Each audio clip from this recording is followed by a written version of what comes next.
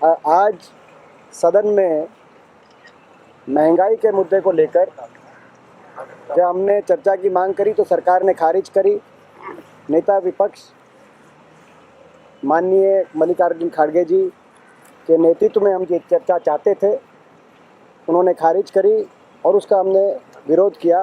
खड़गे जी उस बारे में विस्तृत आपसे बात रखेंगे। आप कुछ नहीं सर, आप आज जो राज्यसभा में हमने रूल 267 के तहत 267 के तहत हमने एक नोटिस चेयरमैन को दी थी। उस नोटिस में हमने यही कहा था कि देश में पेट्रोल, डीजल और एलपीजी सिलेंडर के कीमतें दिन पे दिन बढ़ रहे हैं और इससे किसान तंग है, महिलाएं भी तंग हो गए, परेशान, और सामान्य जनता भी जो छोटे मोटे स्कूटर है, मोटरसाइकिल है या इवन मिडिल क्लास के लोग कार चलाते हैं, वो लोग भी परेशान हैं। तो इस परेशानी को दूर करने के लिए सदन में हम चाहते थे उसका सुदीर्घ चर्चा हो और उस चर्चा के तहत सरकार को हमें बताना चाहते थे, जैसा कि 2013 और 14 में इंटरनेशनल मार्केट में क्रूड ऑयल की कीमतें बहुत बड़ी थी। $109 पर बैरल था और आज पर बैरल 65 है। और जब $109 पर बैरल था तो उस वक्त हमने 71 रुपये में पेट्रोल और 34 रुपये में डीजल लोगों को देते थे। आज इंटरनेशनल मार्केट में इतनी गिरावट आने के बावजूद भी $65 पर बैरल होने के बावजूद भी सरकार कीमतें बढ़ा रही है और आज सिर्फ इतना ही नहीं कि सिलेंडर के दाम भी वो बढ़ाए और बड़े शान के साथ मोदी साहब कहते थे कि महिलाओं के लिए मैं उज्जवल स्कीम लाया हूँ। अब वहाँ पर उज्जवल स्कीम रहते हुए भी लोगों को सिलेंडर का दाम ज़्यादा देना पड़ रहा है।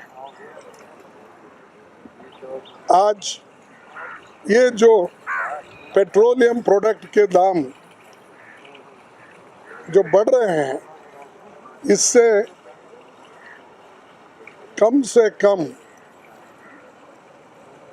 मोदी सरकार इस 6 साल में 21 लाख करोड़ रुपए कमाया है।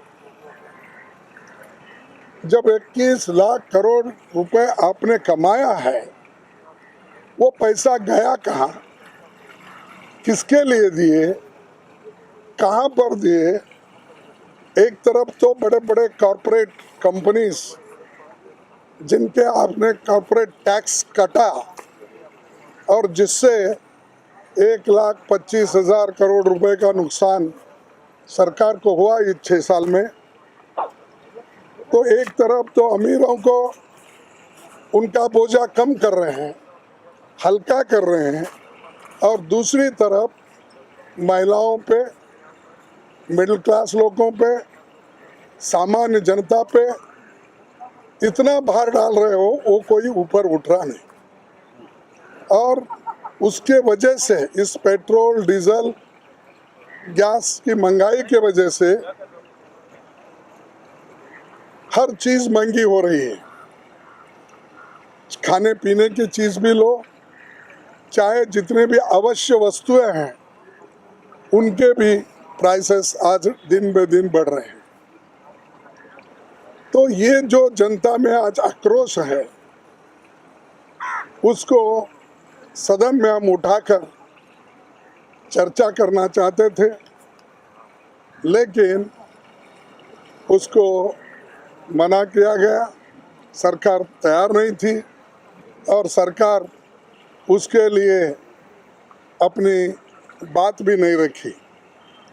तो इससे क्या हो रहा है कि एक तरफ तो आप पैसा जमाने का देख रहे हैं, अपने ट्रेजरी को भरने का देख रहे हैं, लेकिन लोगों पे उसका असर कैसा हो रहा है पूरे देश में इसके तरफ नहीं देख रहे। इससे पहले आपने डिमोनेटाइजेशन किया, उसका तो भारी नुकसान पूरे देश के लोगों को हुआ।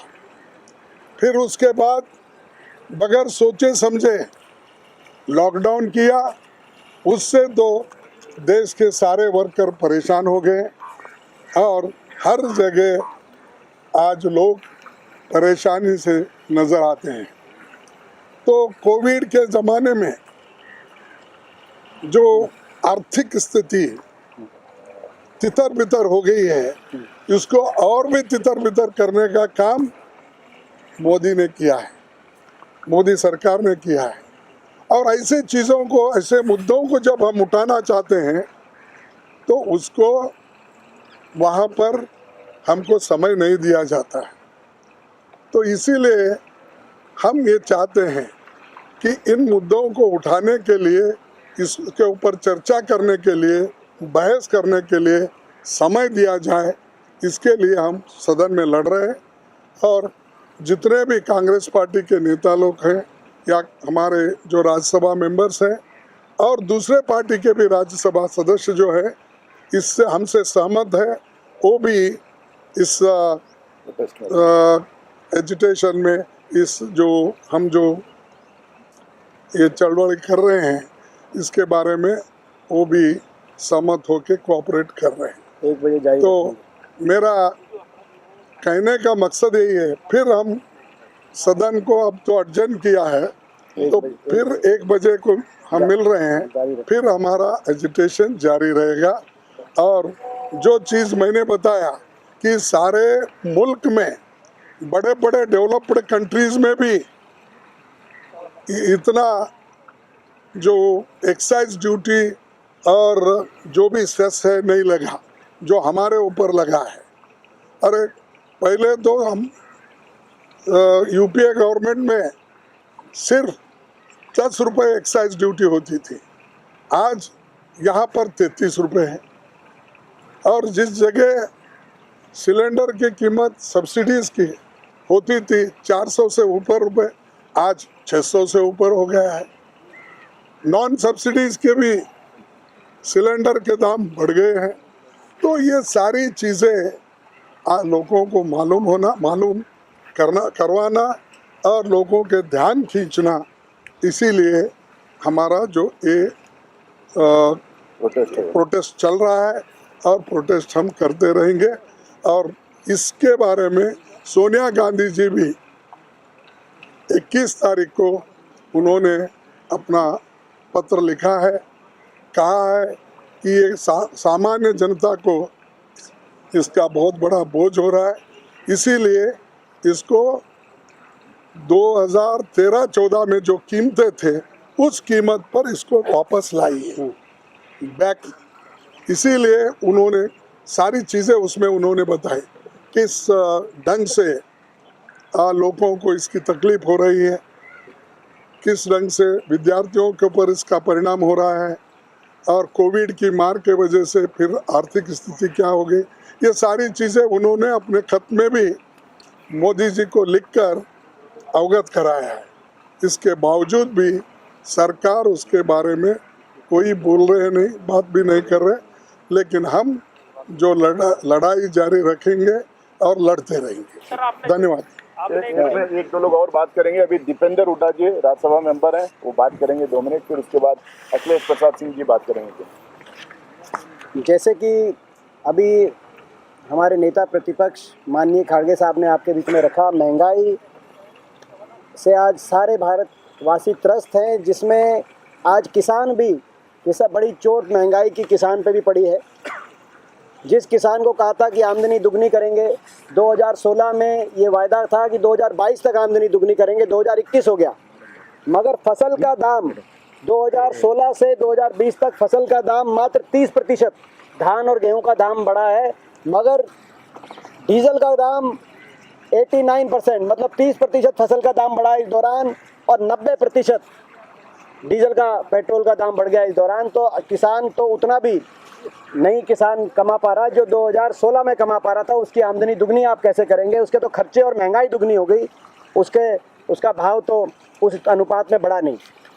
एक और विषय कह के मैं अपनी बात समाप्त करूंगा कि आज ऑबिचुअरी रेफरेंस के अंदर जब 3 राज्यसभा सांसदों को कंडोलेंस मैसेज पास किए सभापति जी ने, चेयरमैन साहब ने, तो ऑबिचुअरी रेफरेंस में हमने बात उठाई।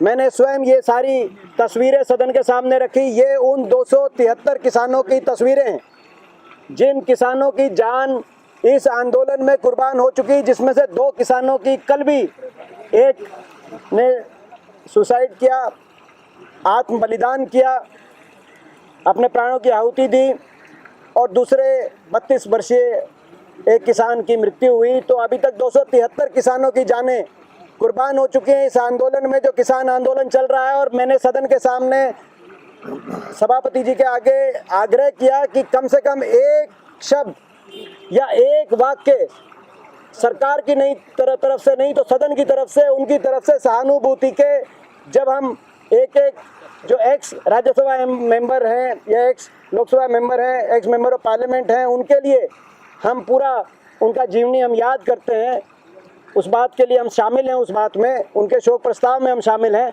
मगर क्या देश के किसान के लिए एक शब्द या एक वाक्य सहानुभूति का या संवेदना का नहीं व्यक्त किया जाना चाहिए था? पिछले सेशन में भी हमने मांग करी थी, इस सेशन में भी मांग करी, मगर उस बात को पूर्णतः खारिज किया इस सरकार ने, जिससे देश के करोड़ों किसानों के दिलों में आज ठेस पहुंची। अभी आदरणीय नेता प्रतिपक्ष ने ऐसे तो एडजर्नमेंट मोशन के बारे में आपको विस्तार से बताने का काम किया है। मैं केवल 2 पंक्ति ऐड करना चाहता हूं उसमें कि कमर तोड़ महंगाई है और पूरे देश में गरीबों मजलूमों की जो स्थिति है वो मरणासन है। और जिसका जिक्र किया अभी आदरणीय खड़गे साहब ने कि यूपीए के शासन में जहां वैश्विक स्तर पर $109 प्रति बैरल मिलता था, आज $65 पर मिल रहा है। उसके बाद भी पेट्रोल की कीमत ₹100, डीजल की कीमत ₹80। गरीबों के थाल से दाल गायब है, सब्जी गायब है, किसी तरह से वो गुजारा कर रहे हैं। और मैं खास करके जिस स्टेट से आता हूँ, मेरा जहाँ से लोकसभा में काम करता था, वो चंपारण का इलाका है, बॉर्डर सटा हुआ है नेपाल से। अभी मैं एक श्राद्ध कार्यक्रम में गया हुआ था, तो कुछ बच्चों को मैं देख रहा था कि वो नेपाल में पार करके उधर से पेट्रोल और डीजल लाते हैं और यहाँ लोगों को देते हैं। वहाँ ₹25 कम है, जबकि नेपाल एक गरीब देश है, भारत की तुलना में वो बहुत ही निर्धन देश है। उसके बावजूद वहाँ ₹25 से ज़्यादा पेट्रोल की कीमत कम, 20-25 रुपये से ज़्यादा डीजल की कीमत कम। तो एक धंधा यूपी बॉर्डर और बिहार बॉर्डर के बच्चों का हो गया है कि उधर से जाके ला के कर रहे हैं। तो आज जब ये शुरू हुआ तो कांग्रेस पार्टी अपनी ऐतिहासिक भूमिका का निर्वहन करके आगे बढ़ी और नेता प्रतिपक्ष ने एडजर्नमेंट मोशन लाया कि पहले महंगाई पर चर्चा करिए, महंगाई रोकने का ठोस आश्वासन दे सरकार, तब बाकी हम लोग सब्जेक्ट्स को, बाकी बिजनेस हम लोग चलने देंगे। और अभी 1 बजे से फिर से है, जैसा उन्होंने कहा, हम लोग वापस जाके और महंगाई पर ये आंदोलन कांग्रेस पार्टी जारी रखेगी। बहुत धन्यवाद। मैं सिर्फ ये एक लाइन ऐड करना चाहूँगा। आज सवेरे LOP जो है एडजमेंट मोशन सीख किए थे पेट्रोल डीजल और गैस के दामों पे बात करने नहीं दिया गया। पिछला जब बजट सेशन शुरू हुआ था उस टाइम पे किसानों के मुद्दे पे, किसानों के आंदोलन पे और काले कानून पे चर्चा करने की मांग की गई थी, जब भी बात करने नहीं दिया गया। उसके पहले गिरती हुई GDP और गिरती हुई आर्थिक स्थिति पे बात करने के लिए हम लोगों ने मांग की थी, उसके ऊपर बात नहीं किए गए, बात करने दिया नहीं गया। उसके पहले CAA इसको अनपार्लियामेंट्री बताया हाँ, था नहीं उसमें कुछ। जबकि उसके पहले CAA NRC पे हम लोगों ने बात करने की मांग की थी, जब बात करने नहीं दिया गया। उसके पहले कोविड पे जो स्थिति हुई थी उसके ऊपर बात करने की मांग की गई थी, बात करने नहीं दिया गया था।